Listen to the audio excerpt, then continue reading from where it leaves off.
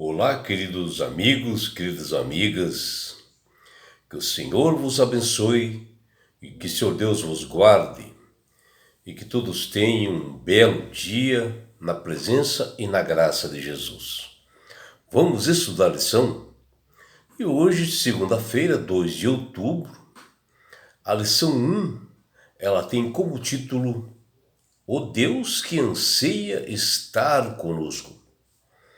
A lição de hoje ela está baseada no livro de Gênesis, no capítulo 17, versículo 7, no capítulo 26, versículo 3, e Gênesis, capítulo 28, versículo 15.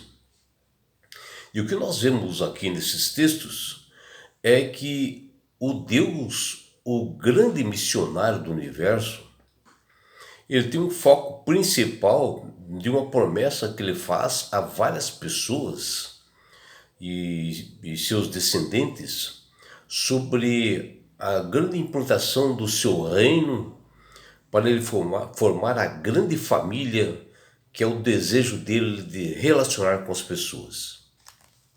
E o que nós vemos aqui nessa lição de hoje é que a vontade e o anseio do Criador do Universo é dele estar com o ser humano, dele se relacionar com todas as pessoas. E isto vem antes da fundação do mundo. E em cada momento, né, em cada fase, nós podemos observar através das Sagradas Escrituras o grande amor de Deus para todos nós, com o objetivo de implantar o seu reino e formar uma grande nação, uma grande família de Deus.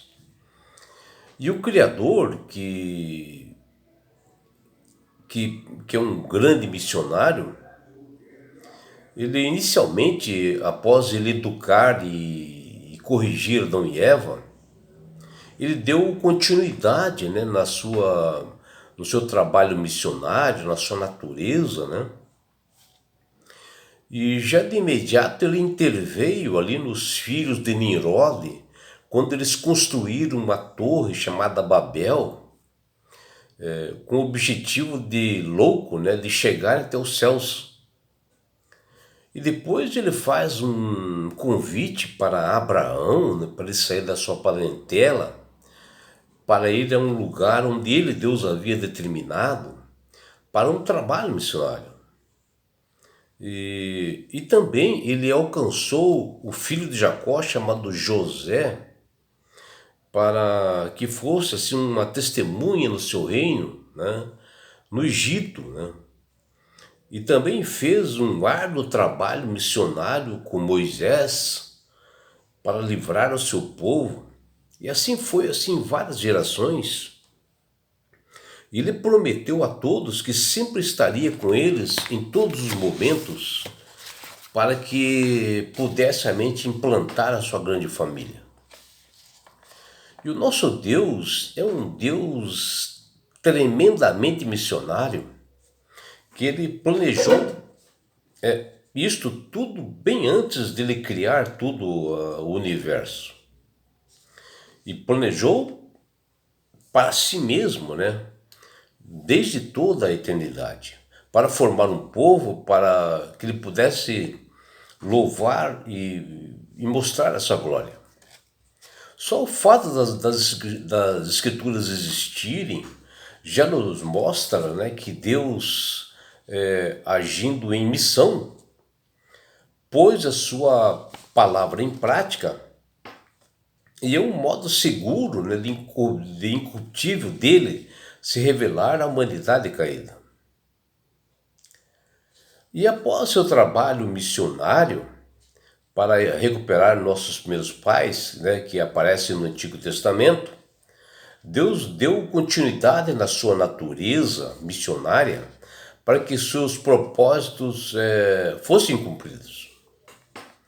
E o inimigo quis atrapalhar os planos de Deus em formar essa família que Deus tanto desejava, essa família fiel, através dos seus preceitos, e levou a humanidade perversa, né, e violenta, que só queriam fazer o mal. e Deus teve que destruí-los com o dilúvio, deixando apenas Noé e sua família. E mesmo assim os seus descendentes, né, continuaram a fazer o mal, né?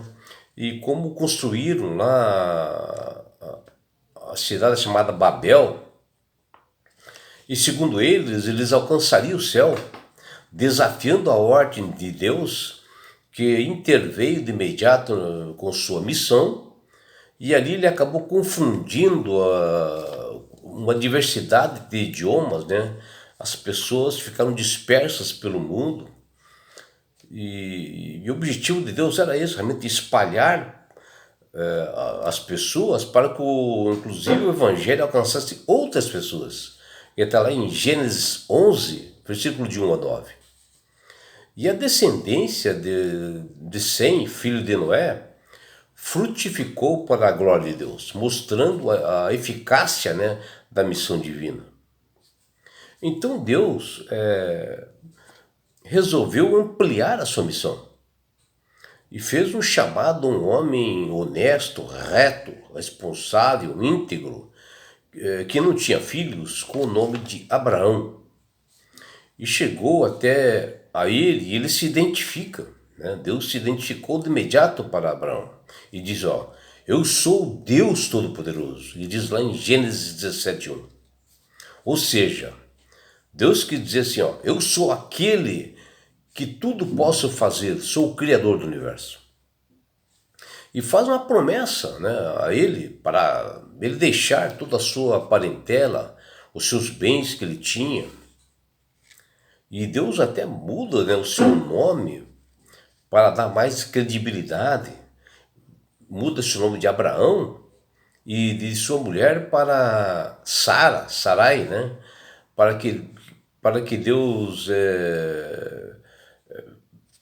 pudesse realmente fazer ele assim de um grande servo, de um grande missionário também, e que se tornasse um canal de bênçãos, né, para o mundo inteiro, como de fato aconteceu. Mas uma das promessas de Deus a Abraão se sobressai, né? E ele não fez promessa só para Abraão, ele fez para Abraão e sua família. E ele declarou, eu serei seu Deus, estarei com você nessa missão, que está lá em Gênesis 17, versículos 7 e 8. E também em Gênesis 26, versículo 3, e em Gênesis 28, 15. E assim, Abraão não seria pai apenas de uma nação, e sim também, Deus diz, ó, de ti farei nações, ou seja, várias nações, que está lá em Gênesis 17, 6. Mostrando, né, o objetivo da missão feita por Deus. Na medida que a formação do povo de Israel ia se desenrolando, né, e mesmo assim que Deus fazia alianças e havia traições do povo, né, pecados, Deus, como misericordioso e grande missionário, avançava o seu trabalho. E chega até o filho de Jacó chamado José, um jovem inteligente, temente a Deus, que ele foi vendido a um faraó do Egito, né?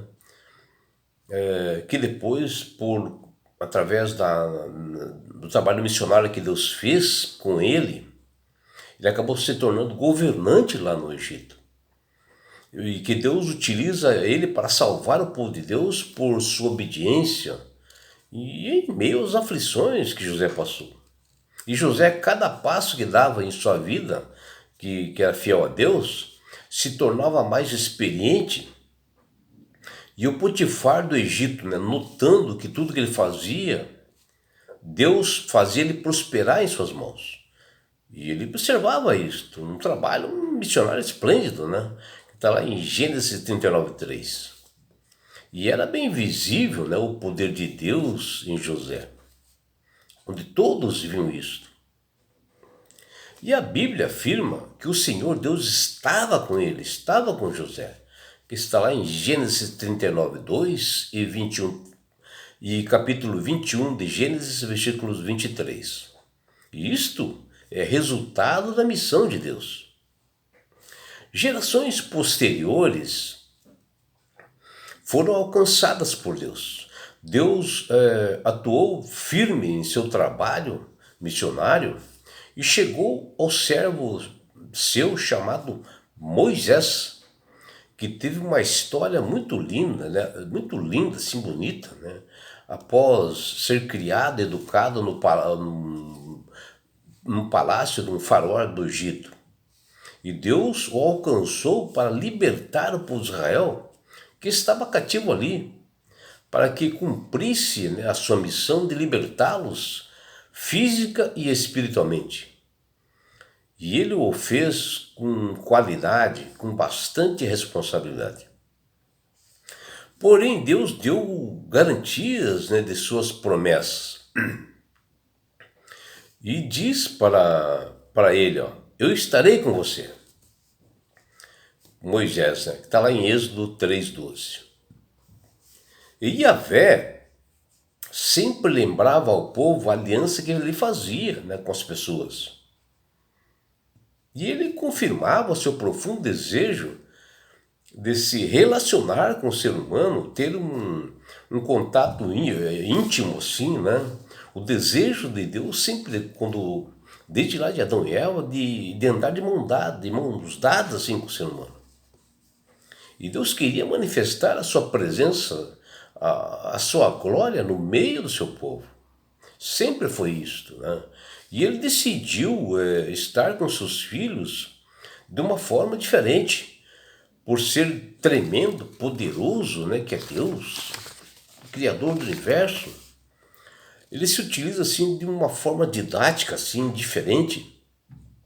E ele pede para Moisés construir um tabernáculo, santuário terreno, igual ao que existe no céu. E ele deu as medidas para Moisés, para que fosse construída aqui na terra, justamente para se relacionar com seus filhos, para educá-los intencionalmente e proposital, para apontar a eles a missão maior que é a vinda do Salvador, que viria posterior a isto. E como Salvador, ele morreria pelos pecados de todas as pessoas, porque ele é o Cordeiro de Deus, aquele que tira os pecados do mundo. E assim, cada cristão trazia ao templo terreno um cordeiro sem manchas, né? Ali naquele tabernáculo construído por Moisés, com oferta de sacrifícios, né, que diante do sacerdote, escolhido, né, por Deus, esse sacerdote, eles se apresentavam e eles confessavam os pecados, e o cordeiro era morto, representando ali a morte e a obra mediadora de Cristo que viria posterior. Porém, esse tabernáculo terreno, assim, né, como os cordeiros mortos e todo aquele cerimonial para a salvação, ele não tinha significado algum. É só uma forma didática que o Deus missionário encontrou para ensinar o povo de Deus de que existe um tabernáculo celestial, de que existiria um Salvador por eles e que a salvação é somente através do seu Filho Jesus, e que hoje o nosso Salvador está ao lado direito do Pai, nesse tabernáculo celestial, justamente em um lugar santo, nesse santuário, onde lá ele é o nosso advogado, o nosso mediador, e a única forma de chegar aos céus é através dele. E é por isso, meu amigo, minha amiga, que Deus tem falado com todas as pessoas para aceitarem a Jesus como Salvador e Senhor. Porque a partir desse momento que você aceita Jesus como Senhor de sua vida, você passa a ser uma pessoa sábia, porque o Espírito Santo começa a trabalhar na sua mente e você começa a manusear melhor as Sagradas Escrituras. E porque Deus, ele é poderoso de alcançar pessoas para o seu reino. E você passa assim a ter mais entendimento, né, nas Sagradas Escrituras. Você passa a entender com mais facilidade, porque Deus anseia estar conosco. Deus anseia salvar todas as pessoas. E não é só isso, meu amigo, minha amiga. Quando você aceita com sinceridade de coração a Jesus como Salvador e Senhor, você ganha de Deus Pai o presente que chama-se salvação. E com isto, Jesus vai levar-te para as mansões celestiais. Um lugar onde não haverá mais morte, mais aflições, mais sofrimentos. E sabe por que Deus quer fazer isto com você, meu amigo? Com você, minha amiga? Porque Jesus te ama. Abraços do seu amigo João Carlos Amorim.